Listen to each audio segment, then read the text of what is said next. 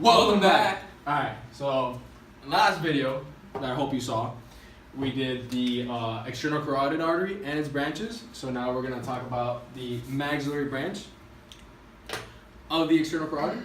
So I'm going to draw it out. Boom. So remember, this is the maxillary artery. It is a terminal branch of your external carotid artery.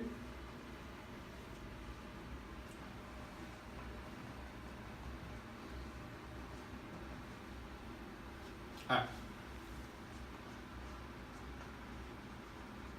Now, before we talk about anything else, we're going to talk about the course of the maxillary artery, and then you're going to see how it all comes together. The maxillary artery starts at the infratemporal fossa.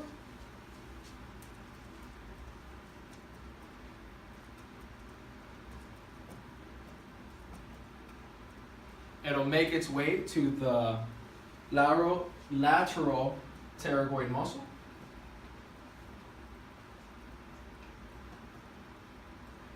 Then it'll cross the maxillary fissure.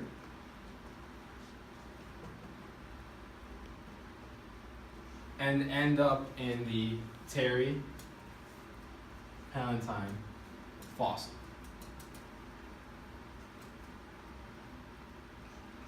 Alright. Why is this important? Well, Landano in the PowerPoints broke it off as the branches of the maxillary into two categories, basically the infratemporal fossa region and the palatine fossa region. So just remember that when you divide the maxillary branch, think of the fossas. So we can just erase this and basically make those two our divisions. Part 1 and part 2. Now, how are we going to remember these branches? Well, the maxillary branch actually has, this maxillary branch of the ECA actually has 7 branches on its own. Well, with the external carotid, right? Remember we talked about the mnemonic, some ancient lovers, right? Find old positions more stimulating. Well, we're going to name those ancient lovers right now. We have 2 ancient lovers, right? We have Pim and her husband, Sid. These are our ancient lovers. If you remember any classical reading you've done, they're very famous. Alright, so Pim and Sid. Pim deals with the 4 branches that are coming off the infratemporal region, and Sid, the 3 branches are coming from the palatine fossa region. Well, we have 4 branches, the first one being, alright, so to deal with these 2 branches, we're going to do the 2 branches together, the P and the I together. So when you think of maxillary, right, you think of your maxilla, what do you think about? Basically this region, right? You have maxillary teeth, right? So once it's coming off that at the infratemporal fossa region, right, you have your maxillary teeth. So what's going to happen? You're going to have 2 branches there. You have your posterior superior alveolar branch, and you have your inferior alveolar branch.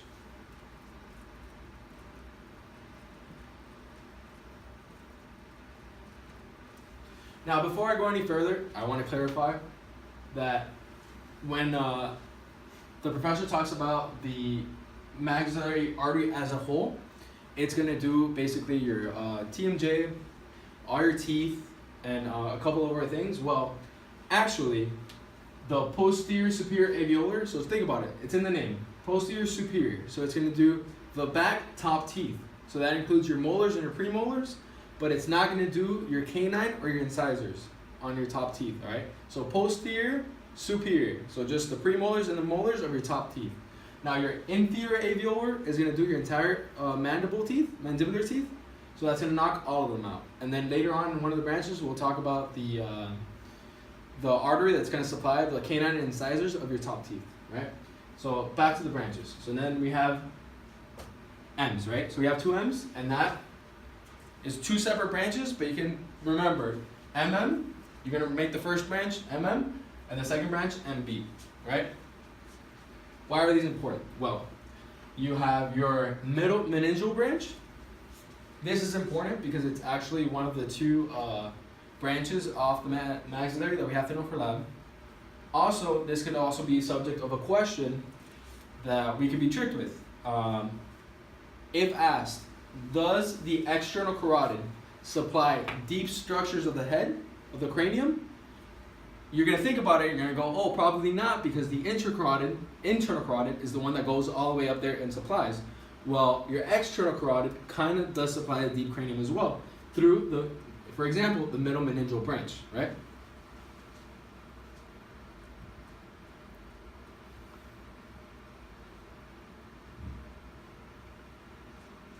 Now you're wondering what MB stands for. MB is your muscular branches. Technically, when studying the maxillary artery, it actually has way more branches that we're covering.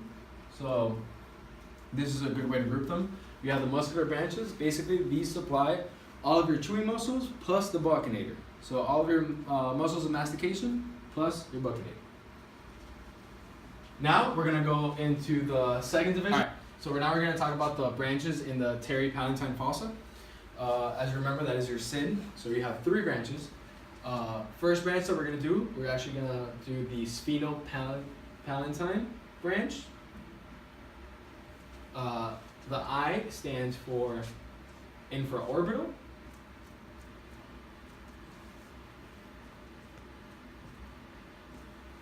And the D is your descending palatine.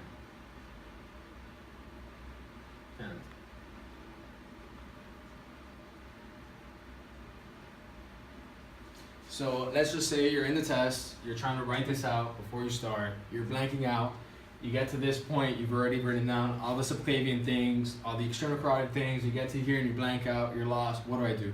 Well, cheat. So you know these are the branches of the teri-palatine fossa. Well, 2 of the branches have palatine in the name, so you can start there. So odds are, if you're talking about descending palatine, you're here, right? So you can cheat there. Now, at this level, you also have your infraorbital artery, and that's a very important one because you remember at the beginning, we were talking about how the posterior superior alveolar only did the molars and the premolars of your maxillary teeth. Well, your infraorbital artery does your canines and your incisors of the maxillary teeth. Your infraorbital artery is also very important. You know, it comes out of your infraorbital foramen of your maxilla. It will also do your inferior rectus and your inferior oblique ocular muscles. It also does your lacrimal sac. Basically, it comes out of your infraorbital foramen and does everything in the area. So if you get lost, you forget, think of what's in the area. The infraorbital will probably do it. And those are your 7 branches of the maxillary branch of your external carotid artery.